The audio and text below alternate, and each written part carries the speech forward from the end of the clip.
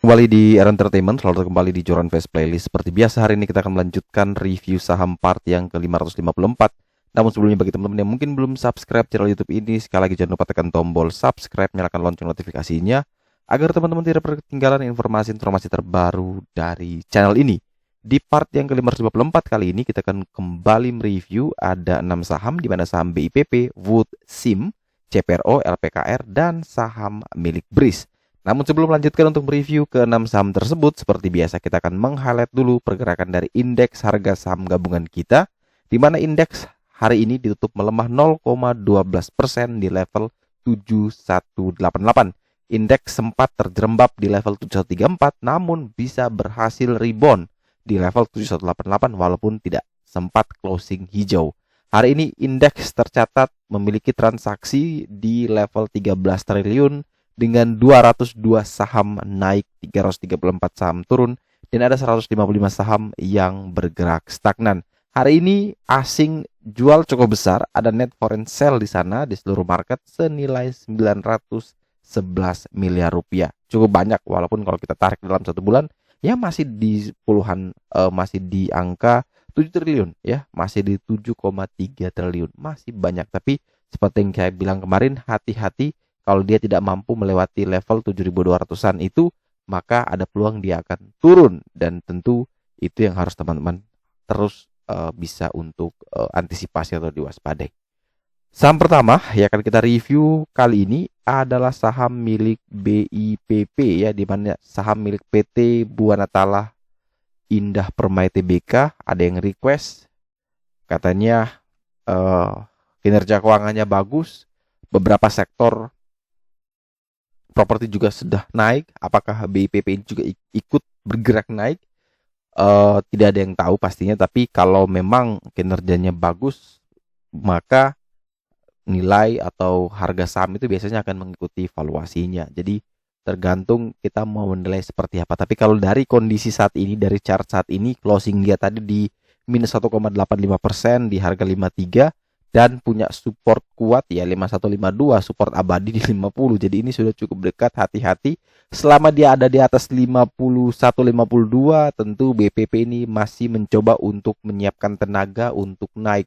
Kalau kita perhatikan juga memang secara final score value dia dengan 150, artinya ada setengah-setengah indikator yang bagus, ada setengahnya yang masih jelek, sehingga ini yang bisa teman-teman manfaatkan untuk ambil posisi jikalau memang dia masih bisa kuat di atas 52. Dan kalau memang betul masih di atas 52 ya, BPP masih punya potensi atau masih punya prospek ke depannya.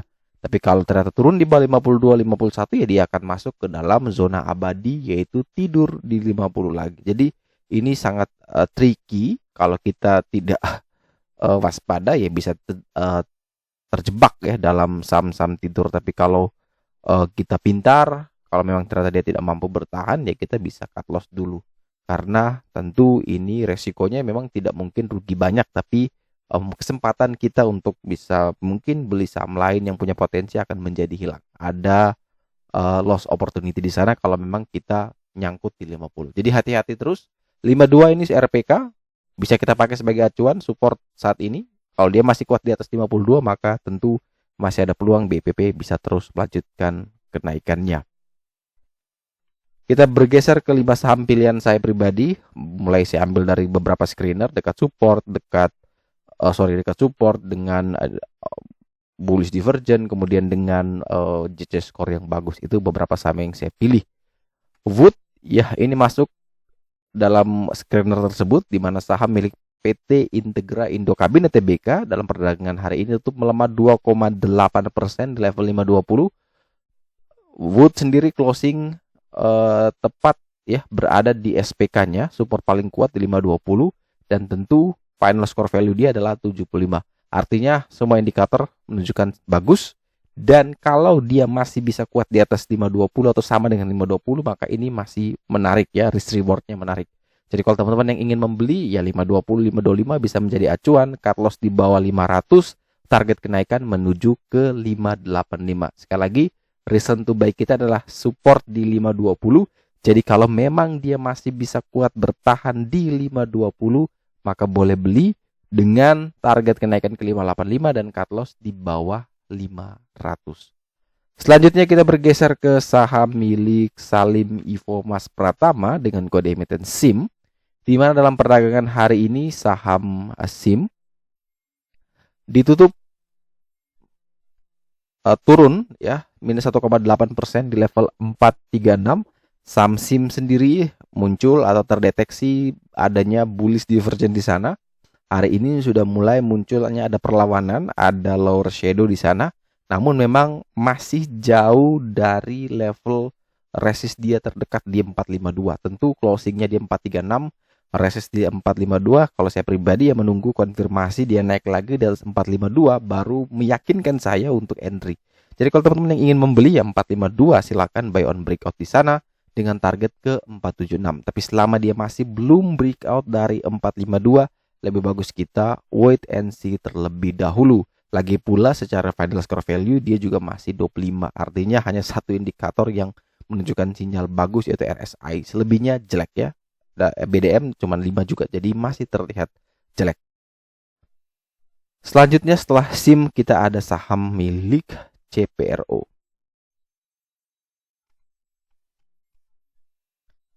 Saham milik CP Prima, Central Proteina Prima Tbk, ditutup stagnan di 66 dengan transaksi 5,24 miliar, final score value di 70 dengan status titip sandal. Saham CPRO ini mungkin masih atau terlihat mulai menarik lagi. Asalkan dia tidak turun di bawah 64, yang mana 64 ini merupakan area support paling kuat dari CPRO. Jadi kalau bisa kita ambil kesimpulan, selama dia masih di atas 640, CPRO ini masih aman-aman saja. Dan bagi yang belum punya saham ini, silakan ambil dengan entry buy 64 sampai dengan 66, cut loss di bawah 62, target kenaikan menuju ke 69. Tapi kalau misalkan opening langsung dibanting di bawah 64, ya kita skip. Karena reason to buy kita jelas, belilah, ambillah ketika dia masih bisa ada di atas atau sama dengan 64. Kecuali nanti minggu depan ya pasti akan ada adjustment lagi dari support resistnya. Ini kita bisa mengikuti perkembangan terbaru, tapi dengan kondisi hari ini, dengan keadaan hari ini, maka inilah yang kita pakai. Dan kalau teman-teman biar tidak ketinggalan support paling kuatnya, resisten paling kuatnya, teman-teman bisa berlangganan di website kita joranvest.com. Teman-teman tinggal pilih Joranvest secara sistem, scroll ke bawah, tinggal berlangganan saja, hanya 40.000 per bulan saja atau sekitar 2.000 per hari. Teman-teman sudah bisa mendapatkan chart-chart seperti ini dan masih banyak lagi. Ada screener, ada alert. Screenernya pun bukan cuma satu, ada screener untuk yang lagi rally, ada screener untuk saham-saham yang skornya bagus, dekat support, dekat resist. Kemudian ada saham-saham yang bagus secara BDM. Itu semua teman-teman bisa deteksi di sana. Ada Fibonacci juga di sana, ada Divergent juga di sana, baik bearish dan bullish.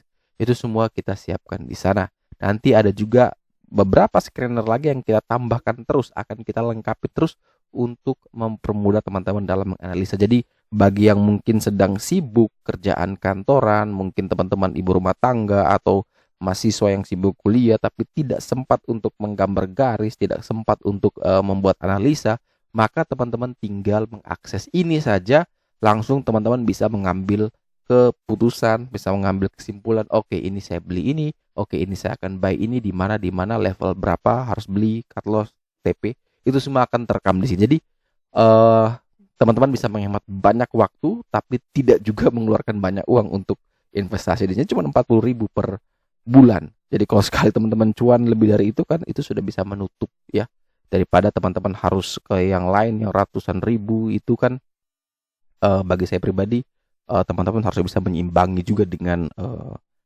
semua itu. Apakah yang dibayarkan sesuai dengan yang didapatkan atau tidak.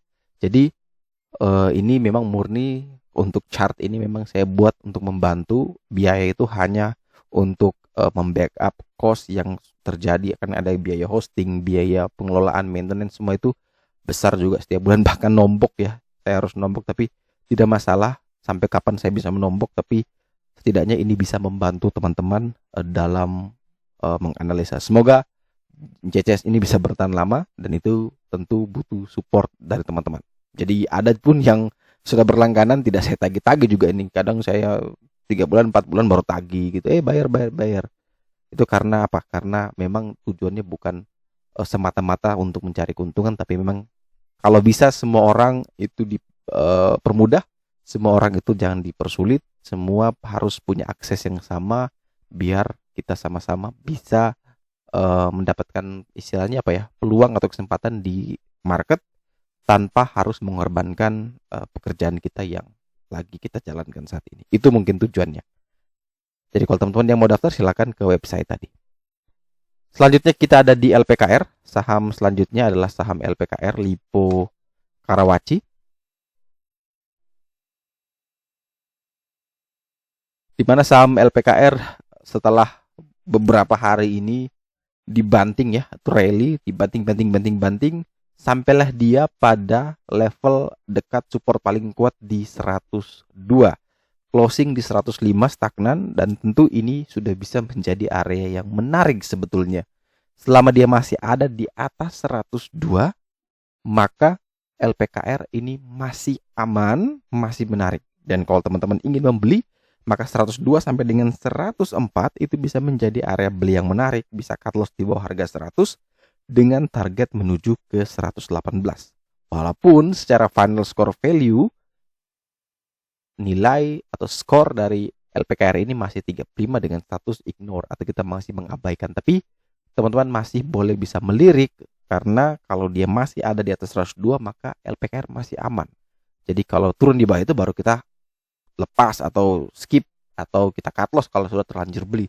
Tapi kalau masih ada di atas 102 maka boleh kita ambil 102 sampai 104, cut loss di bawah 100 dengan target menuju ke 118. Dan saham terakhir yang akan kita review hari ini adalah saham milik Breeze ya. Ini kita akan kembali membahas lagi karena dia masuk lagi dalam screener. Dan ini saya kasih bocoran juga, ini adalah salah satu saham andalan saya yang mungkin akan di hold dalam beberapa tahun ke depan dengan potensi pertumbuhan yang luar biasa, dengan potensi juga kemungkinan akuisisi dari unit usaha juga BTN Syariah kalau memang terjadi, itu tambah memperbesar size dari Breeze ya. Market share dari Breeze itu akan semakin kokoh dan tentu prospeknya begitu besar sekali ke depannya. Dan itu menjadi satu-satunya yang terbesar di Indonesia, mungkin bahkan di Asia mungkin ya. Jadi itu yang kita lihat view dalam beberapa tahun ke depan. Dan oleh sebab itu Breeze merupakan salah satu dari 4 saham pilihan yang selalu saya lakukan dengan dollar cost averaging. Jadi selain itu ada 3 lagi. Kemudian Breeze ini yang selalu saya lakukan dollar cost average. Jadi setiap bulan ataupun ada uang pasti Breeze ini akan selalu saya koleksi. Berapapun dia turunnya, berapapun dia harganya saat itu, akan selalu dilakukan dollar cost averaging. Dan saya lebih senang kalau dia masih sideways bahkan cenderung turun, karena biar ketika itu sudah banyak baru dia naik satu kali kan.